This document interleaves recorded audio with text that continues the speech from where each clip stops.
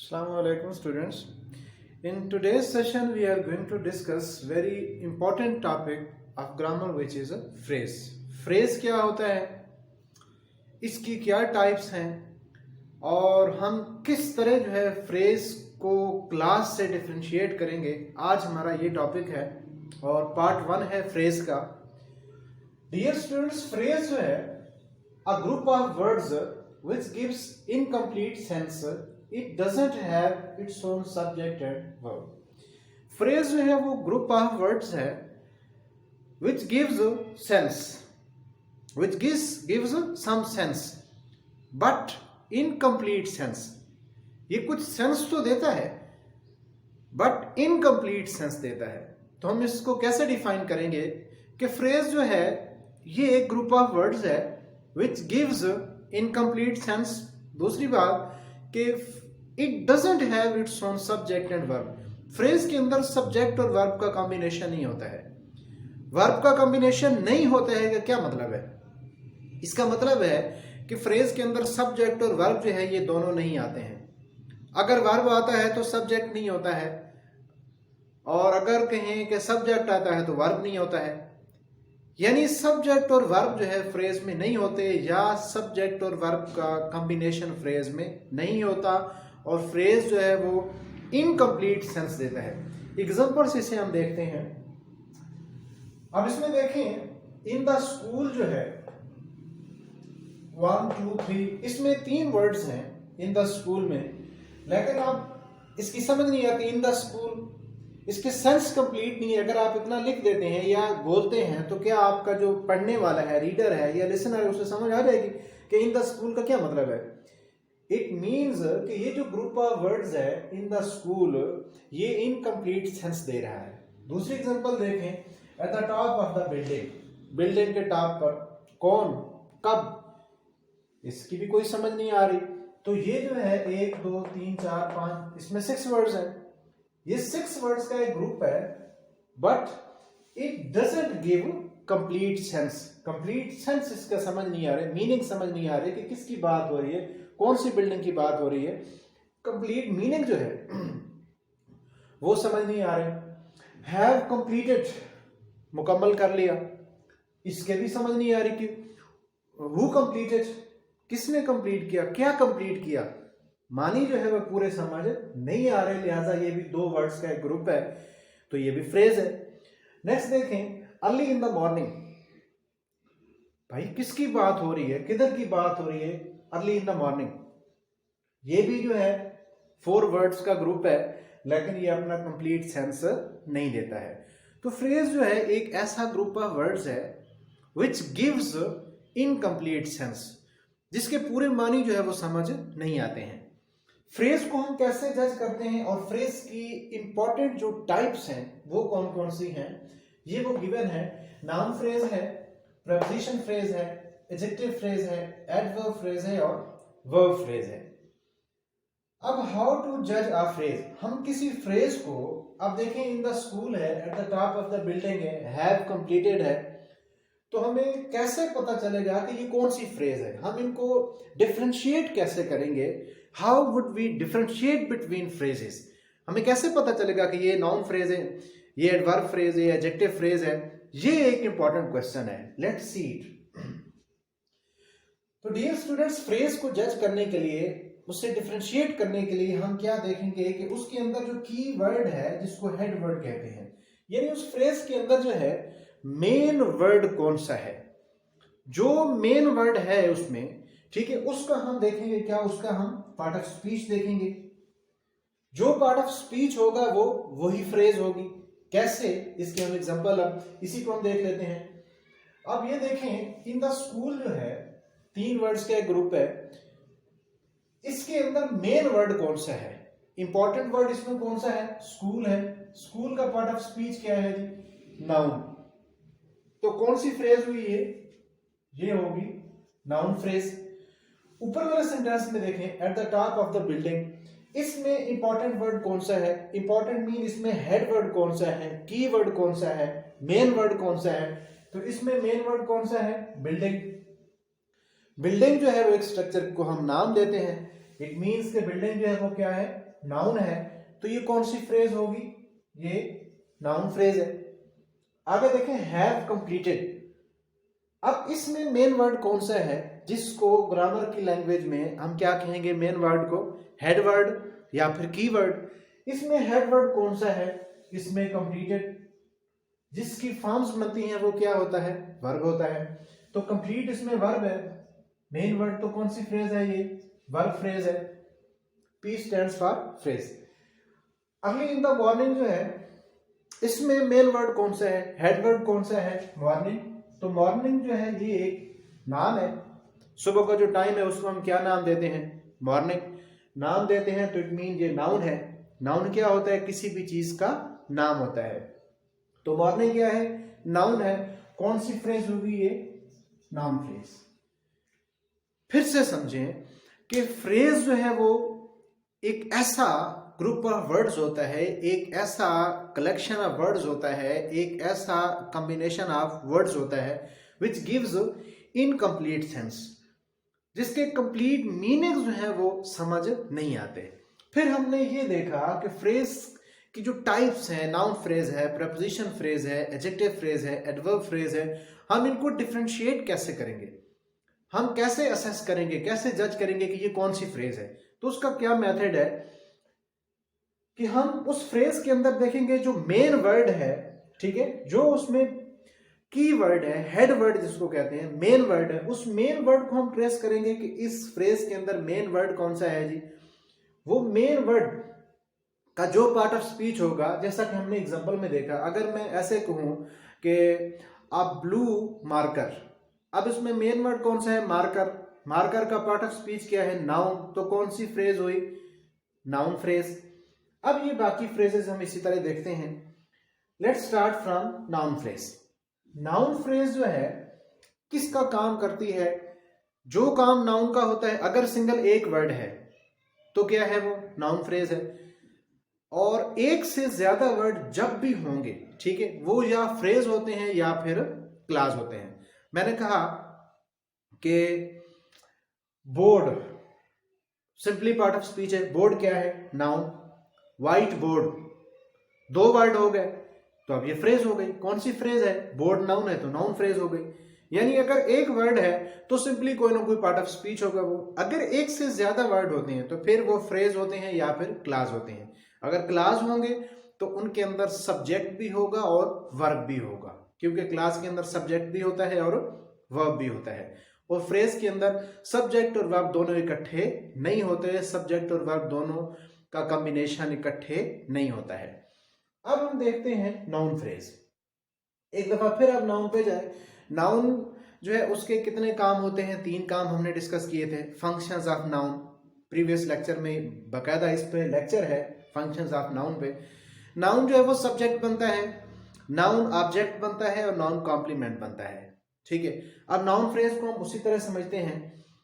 Noun phrase ये याद रखें कि अब इसको हम इंडिविजुअली पहले देख लें, फिर इसको विद इन सेंटेंस हम देखते हैं कि with in sentence noun phrase को हम कैसे ट्रेस करेंगे।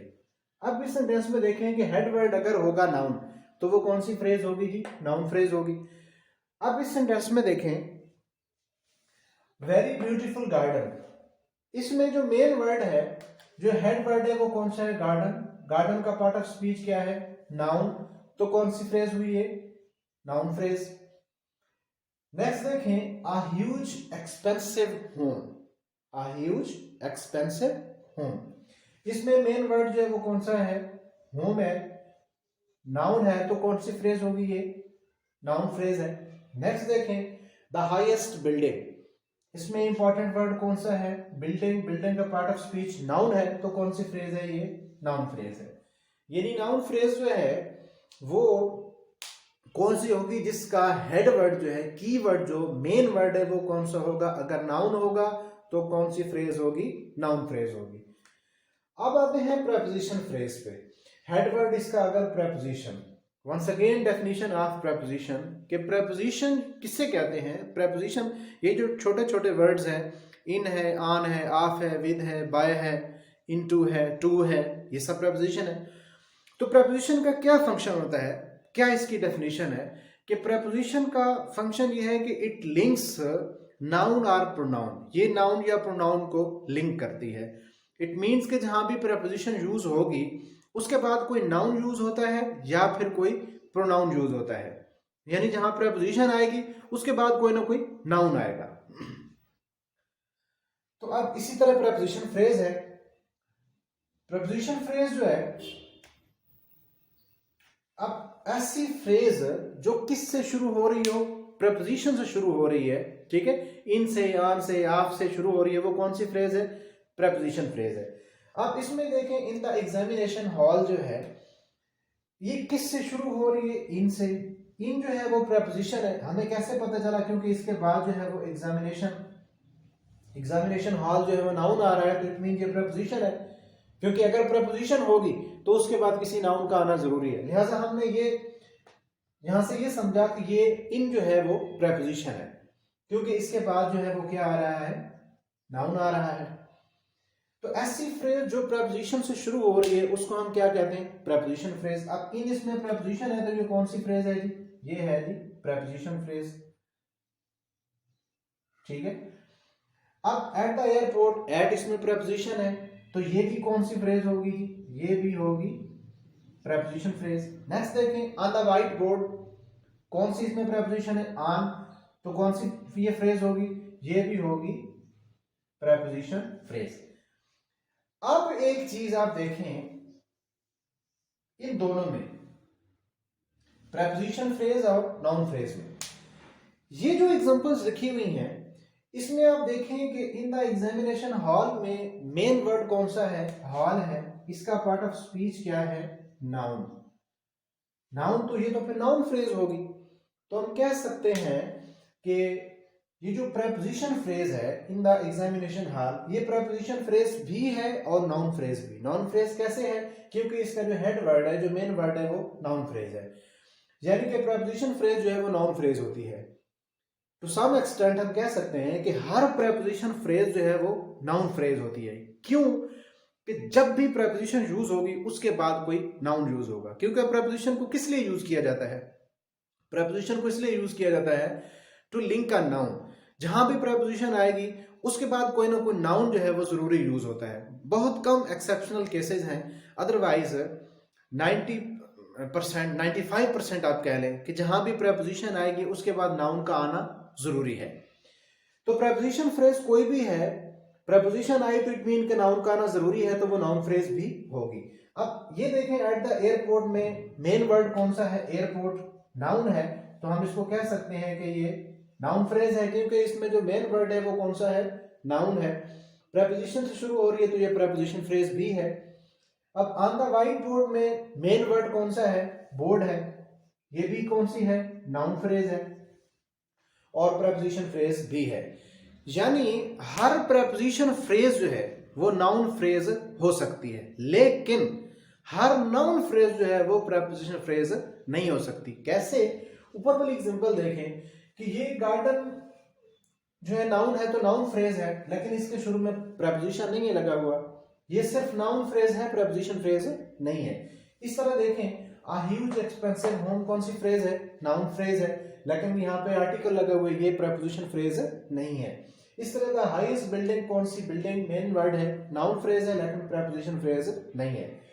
तो हमने इसे क्या अखज़ किया, कैसे इसको कंक्लूड हम करेंगे कि हर जो प्रेपोजिशन फ्रेज है उससे हम नाउन फ्रेज कह सकते हैं, लेकिन हर नाउन फ्रेज प्रेपोजिशन फ्रेज नहीं होता। आगे बढ़ते हैं, एडजेक्टिव फ्रेज। एडजेक्टिव जो है इसके क्या मानी होते हैं?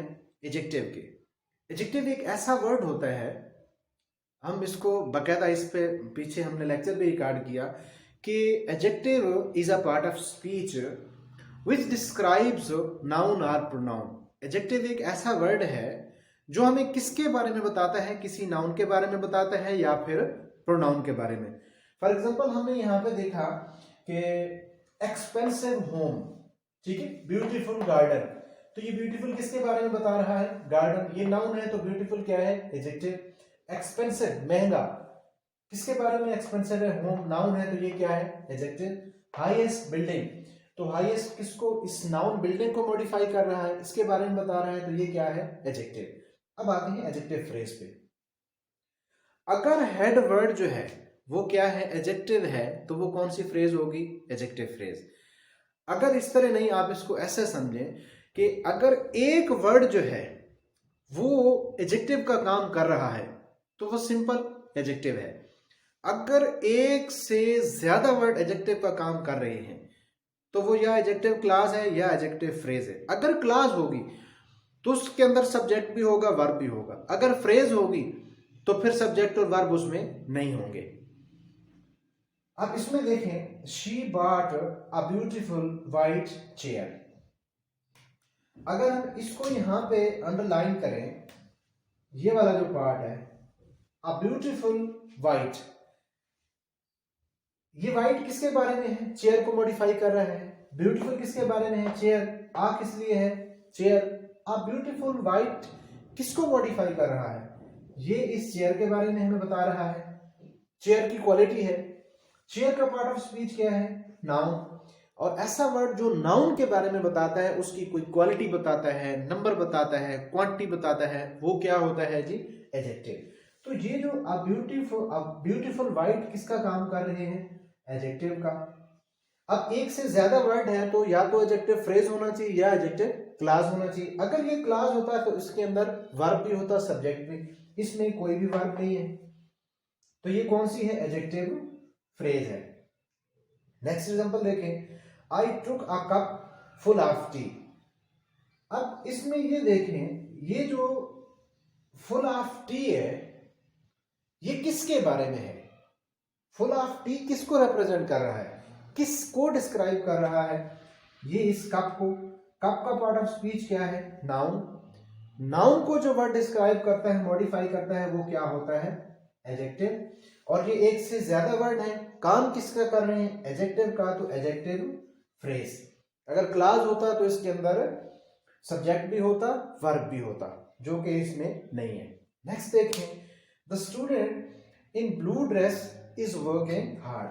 अब इसमें अगर हम इन ब्लू ड्रेस जो है इसको अंडरलाइन करते हैं, अब ये बताएं कि इन ब्लू ड्रेस जो है वो किसके बारे में है, किसको मॉडिफाई कर रहा है। ये वाले जो तीन वर्ड्स हैं ये किसके बारे में बता रहे हैं, स्टूडेंट के बारे में। स्टूडेंट का पार्ट ऑफ स्पीच क्या है, नाउन। जो वर्ड नाउन को मॉडिफाई करता है उसे हम क्या कहते हैं, एडजेक्टिव कहते हैं। तो ये क्या हुआ, एडजेक्टिव।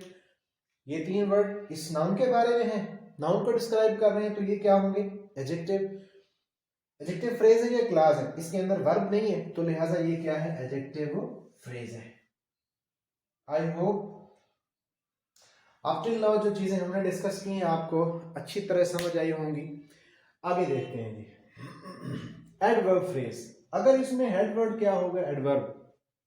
एडवर्ब की क्या डेफिनेशन है कि एडवर्ब ऐसा वर्ब या ऐसा वर्ड जो वर्ब को मॉडिफाई करता है। ठीक है, he walks slowly, he runs fast. Fast किसके बारे में बता रहा है, रन के बारे में। ही रन्स, वो दौड़ता है, तेज दौड़ता है, तो फास्ट रन को, तो फास्ट क्या होगा, एडवर्ब होगा।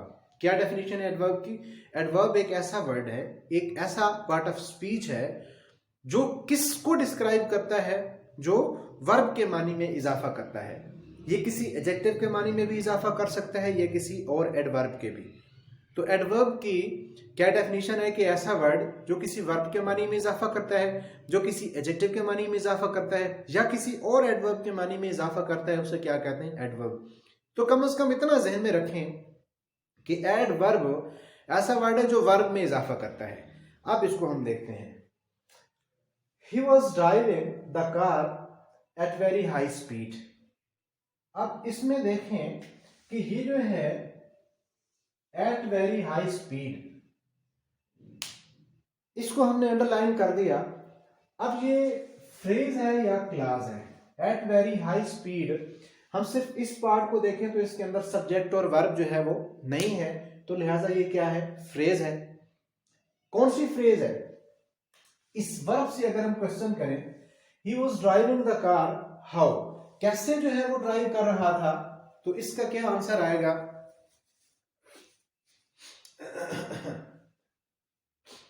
He was driving the car at very high speed. Adverb किस में ऐड करता है, वर्ब में। एडवर्ब किसका आंसर होता है? आप वर्ब के बाद हाउ लगाएं, आप वर्ब के बाद व्हेन लगाएं, वेयर लगाएं, वाई लगाएं, इन चारों का जो आंसर आएगा वो क्या होगा? सिंपली वो एडवर्ब होगा।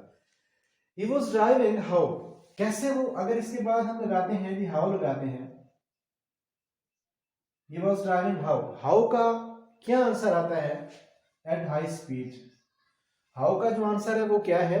एडवर्ब। कौन सा एडवर्ब है? Adverb of manner. ठीक है, हाउ का आंसर हम पहले डिस्कस कर चुके हैं एडवर्ब टॉपिक में। तो ये कौन सी फ्रेज है? ये एडवर्ब का काम कर रहे हैं। ये वर्ड, एक से ज्यादा वर्ड है तो ये एडवर्ब फ्रेज है। फ्रेज क्यों है? क्योंकि इसके अंदर कोई वर्ब और सब्जेक्ट नहीं है। अगर वर्ब और सब्जेक्ट होते तो फिर क्या होता? ये एडवर्ब क्लास होती। आगे देखें, ही runs fast.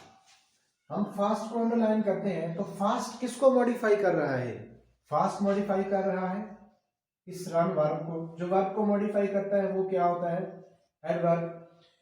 He runs very fast, तो वेरी किसको मॉडिफाई कर रहा है? फास्ट के मानी में इजाफा कर रहा है, लिहाजा ये भी क्या है? एडवर्ब है। अब हमने इन दोनों को अंडरलाइन कर दिया है। एक से ज्यादा वर्ड है, ठीक है, ये वेरी एडवर्ब को जो मॉडिफाई करता है वो खुद क्या होता है? एडवर्ब होता है। अभी मैंने डेफिनेशन बताई है। तो ये दोनों वर्ड किसका काम कर रहे हैं? एडवर्ब का। एक से ज्यादा वर्ड हो तो फ्रेज होंगे या क्लास, तो ये यहाँ पे क्या है जी? एडवर्ब फ्रेज है। He solved the question in a good way। आप इसमें देखें, इसको हम अंडरलाइन करते हैं। इसका मैं मेथड बताता हूं, अगर आप यहाँ पे कंफ्यूज हो रहे हैं, नो मैटर, आगे जाके इसकी समझ आ जाएगी कि ये प्रेपोजिशन फ्रेज है, ये भी प्रेपोजिशन फ्रेज है, और ये एडवर्ब कैसे हो गई है। आगे मैं इसको भी डिस्कस करता हूँ। पहले इसको आप देखें, he solved the question, he solved how, कैसे है? हाउ का कौन सा आंसर आ रहा है? इन अ गुड वे। हाउ का आंसर है तो ये क्या है? हाउ का आंसर एडवर्ब ऑफ मैनर होता है ना। एडवर्ब क्या होता है? हाउ का आंसर होता है, व्हेन का आंसर होता है, वेयर का आंसर होता है, व्हाई का आंसर होता है। तो हाउ का आंसर तो क्या है? एडवर्ब। ये एडवर्ब का काम, एक से ज्यादा वर्ड है तो ये क्या होंगे? एडवर्ब फ्रेज होंगे। अब आते हैं आज के लेक्चर को जो टिपिकल पॉइंट है ना, सबसे इंपॉर्टेंट जो है, जो फ्रेज है, वो कंफ्यूजन यहां हम दूर करते हैं। तो फंक्शंस ऑफ प्रेपोजिशन फ्रेज, सुन ले पहले आप गौर से कि प्रेपोजिशन फ्रेज जो है, जब भी किसी स्ट्रक्चर के अंदर, किसी सेंटेंस के अंदर हम यूज करेंगे किसको? प्रेपोजिशन फ्रेज को, जब, तो वो प्रेपोजिशन फ्रेज भी नहीं होती है, नाउन फ्रेज भी नहीं होती है। उसका फंक्शन क्या होगा? या तो उसका फंक्शन एडवर्ब का होगा या फिर उसका फंक्शन एडजेक्टिव का होगा। मैंने क्या कहा कि अगर हम सेपरेट लिखें, अगर मैं यहां पे लिखता हूं, ये सेंटेंस लिखें, इन द गार्डन, ठीक है, अब ये सेंटेंस के अंदर मैंने नहीं लिखी, ठीक है, तो ये क्या है? प्रेपोजिशन से शुरू हो रहा है, तो हम कहेंगे कि ये प्रेपोजिशन फ्रेज है। बिल्कुल सही है, प्रेपोजिशन फ्रेज है। इसका हेडवर्ड कौन सा है? गार्डन नाउन है, नाउन फ्रेज है, नाउन फ्रेज भी है, प्रेपोजिशन फ्रेज भी है। लेकिन जो बात मैंने की है कि अगर प्रेपोजिशन फ्रेज किसी सेंटेंस के अंदर यूज होगी तो फिर इसका फंक्शन ना तो प्रेपोजिशन फ्रेज होगी, फिर ये ना ये नाउन फ्रेज होगी, फिर ये क्या होगी?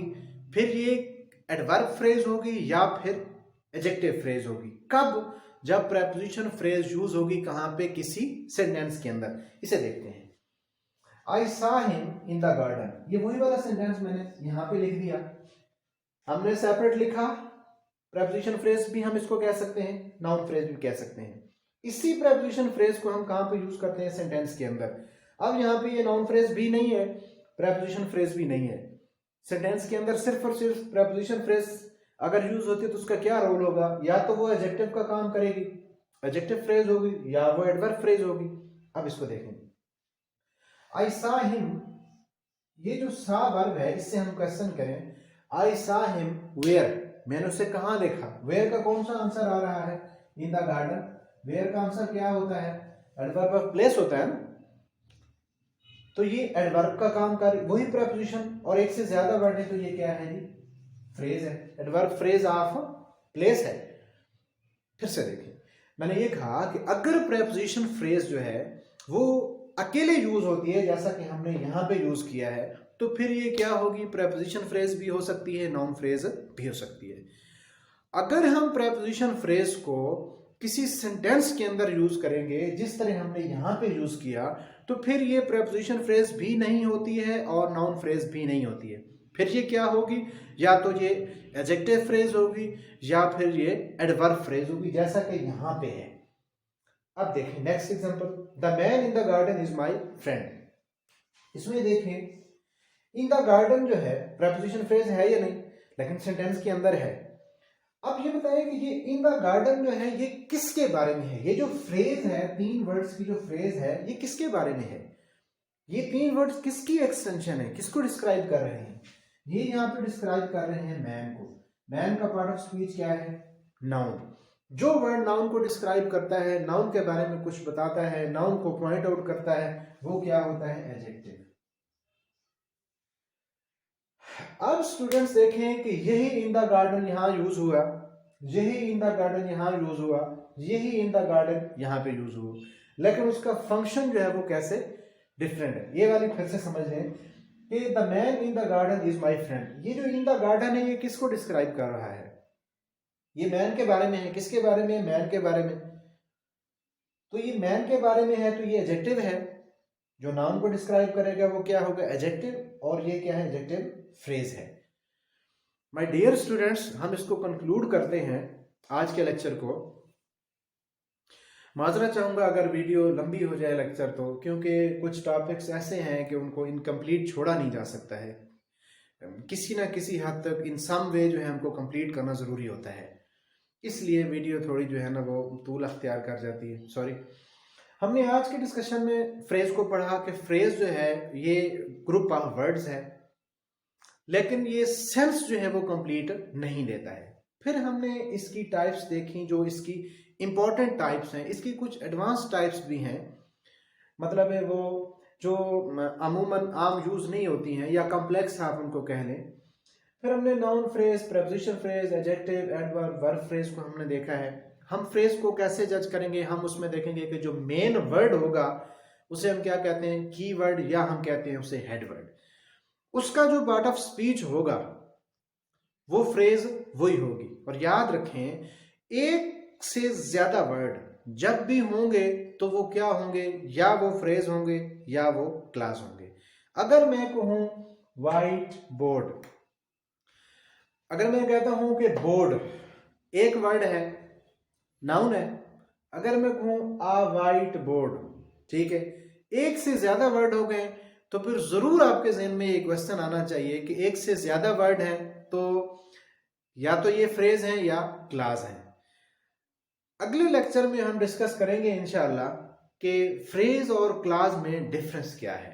तो ये फ्रेजेस का पार्ट 1 था, और आज के लेक्चर में मैं आपको बता दूं कि सबसे इंपॉर्टेंट जो चीज है वो है प्रेपोजिशन फ्रेज, कि ये प्रेपोजिशन फ्रेज कब होती है और ये एडजेक्टिव और एडवर्ब कब कब होती है। At the end of lecture में फिर इसको बता दूं कि प्रेपोजिशन फ्रेज जो है अगर वो सेपरेट यूज की जाए, ठीक है, जैसा कि हमने इन द गार्डन ये यूज किया, तो वो नाउन फ्रेज भी है और प्रेपोजिशन फ्रेज भी है। अगर हम प्रेपोजिशन फ्रेज को किसी सेंटेंस के अंदर यूज करेंगे तो ना तो वो प्रेपोजिशन फ्रेज रहती है, ना उसका काम नाउन फ्रेज का होता है। फिर उसका क्या काम होता है विद इन द सेंटेंस जब यूज होता है, वो या तो एडजेक्टिव फ्रेज हो जाती है या वो एडवर्ब फ्रेज हो जाती है। आई होप आपको समझ आ गई होगा आज का लेक्चर। मिलते हैं नेक्स्ट लेक्चर में। Thank you so much.